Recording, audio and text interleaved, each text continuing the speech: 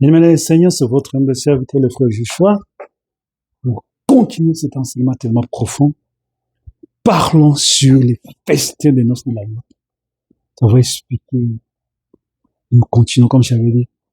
Le message de l'épouse, nous parle. Le festin de noces de l'agneau, c'est le message de l'épouse. C'est l'actualité, c'est le message actuel. Aujourd'hui, l'église d'épouse se prépare pour l'enlèvement, se prépare pour les festins. Amen. Et c'est ce qui doit être prêché. Préparer l'épouse pour les festins de noces de l'agneau. Préparer l'épouse pour l'enlèvement.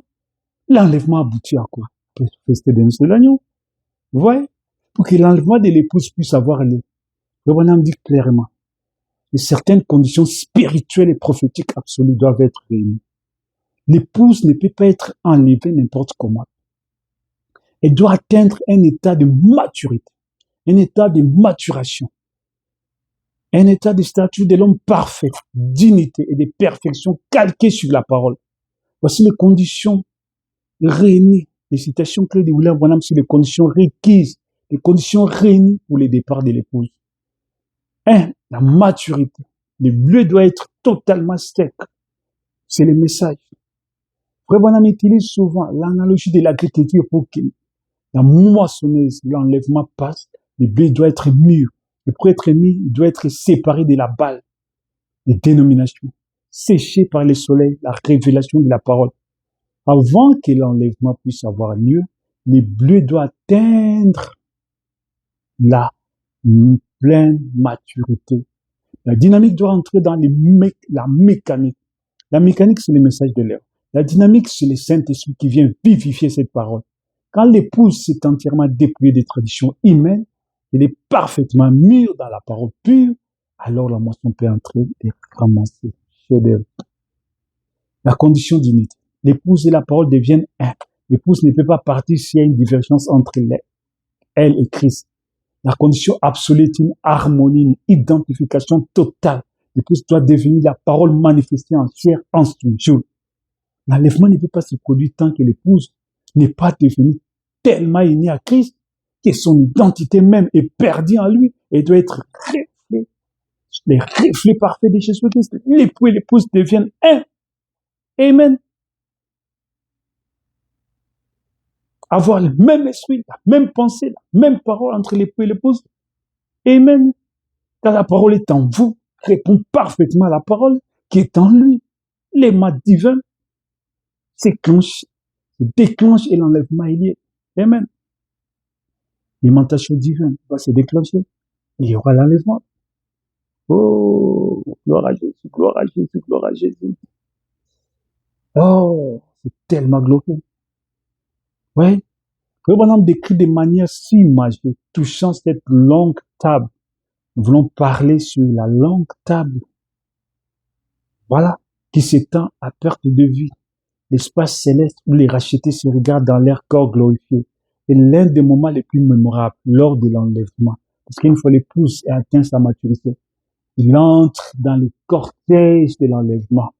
C'est une disparition. Parce que le départ soudain, ce n'est pas que nous montons comme ça, non, nous allons disparaître. C'est une transmutation. Amen, c'est une transition. Nous quittons d'un état à un état. Et nous retrouvons devant la porte de la salle de la fête des noces de l'agneau. Oh! Dans des corps glorifiés. Et l'un des moments les plus mémorables du message. On retrouve cette description précise dans le sermon Les Premières Sautes, ainsi que dans d'autres prédications du frère Branham, où il dépeint la fin des combats de la terre. Voici la citation exacte de son développement. Oh, quel jour ce sera quand nous revêtirons ces corps de la résurrection. Nous nous asseoir à la table du festin de l'agneau. Nous lèverons nos mains immortelles. Ce sera cette main ici, mais immortelle. Cette main ici, mais étant incorruptible. Amen.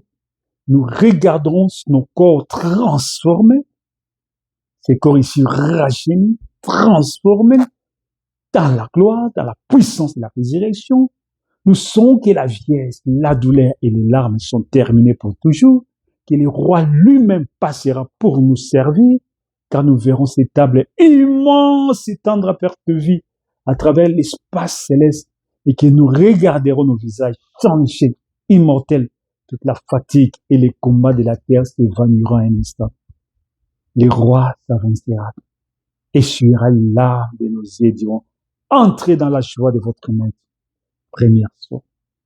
Le même élan des pensées dans les 10 vierges. Dans cette prédication, Frère Branham insiste sur le fait que cette table réunit les élus de tous les âges, chacun ayant revêtu de fameux corps glorifiés, indispensables pour être ainsi, pour rentrer, pour être enlevé, pour être transformé. Il faut le corps de la résurrection, il faut le corps glorifié. Sans ce corps-là, tu ne peux pas. D'abord, tu ne feras même pas. Pensez-y, assis à cette table de noces, d'un bout à l'autre de l'espace, avec les rachetés de tous les âges, avec les élus de Dieu de tous les âges, dans leur corps glorifié, dans leur corps de la résurrection. Nous regarderons de l'autre côté de la table et nous verrons Abraham, Isaac, Jacob, David, Samuel, tous les prophètes, les apôtres, Paul, Pierre, non pas sous forme de fantômes, mais changés, glorifiés, revêtus d'une jeunesse éternelle. Nous prendrons place à cette table pour 3 ans et demi. Amen. Pendant que la terre ici subira les jugements de la grande tribulation. Il dit vierge. C'est que Frère Branham met en valeur ici, c'est la tangibilité. On lève les mains réelles, on se regarde face à face.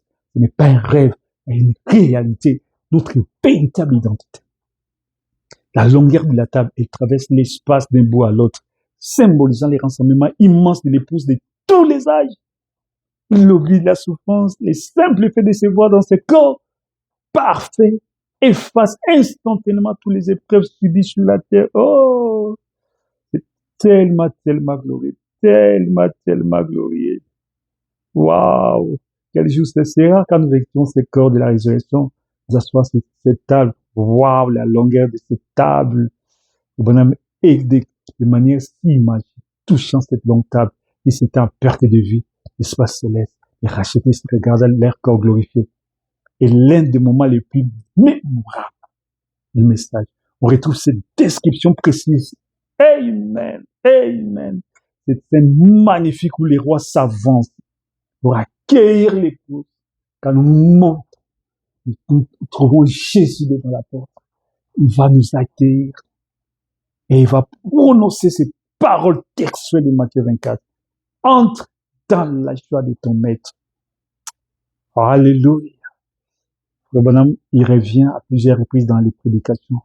C'est le moment où il décrit la fin de toutes les souffrances. Entre dans la joie de ton maître. Entre dans la paix de ton maître. Oh, tellement glorieux, tellement glorieux. Quand nous verrons cette table immense, oh, les rois s'avancera et essuiera les larmes de nos yeux. Entre dans la joie de ton maître. L'accueil à la porte, la venue de l'épouse. Dans ces sermons plus anciens, le bonhomme décrit l'entrée solennelle, la porte des festins, la récompense des larmes versées sur terre. Quand les portes des perles s'ouvrent et que le grand cortège des rachetés entrera, le roi lui-même se tiendra là pour nous accueillir. Ce n'est pas un âge qui va nous accueillir. C'est Jésus-Christ lui-même, le roi couronné. Hey, hey, hey. Il regardera les cicatrices des combats. Ça ne veut pas dire qu'il va porter quelque chose sur ta tête, non. Il regardera les larmes qui ont coulé de sa propre main. Il essuiera ses larmes et dira, ne pleure plus, mon enfant.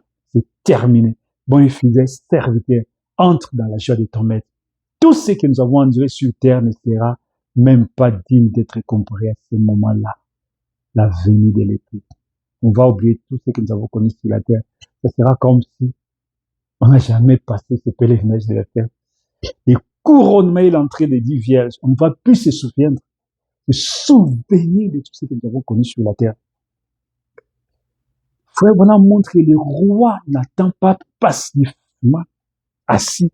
Il s'avance et installe son épouse, servit son épouse, accomplissant la promesse scripturaire.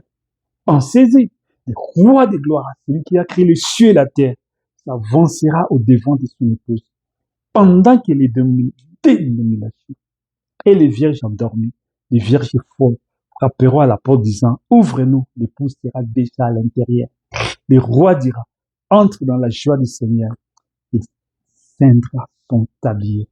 Dit l'Écriture, il passera pour nous servir à cette table. La fin du voyage, une épouse, parole manifestée dans l'un de tous ces derniers serments.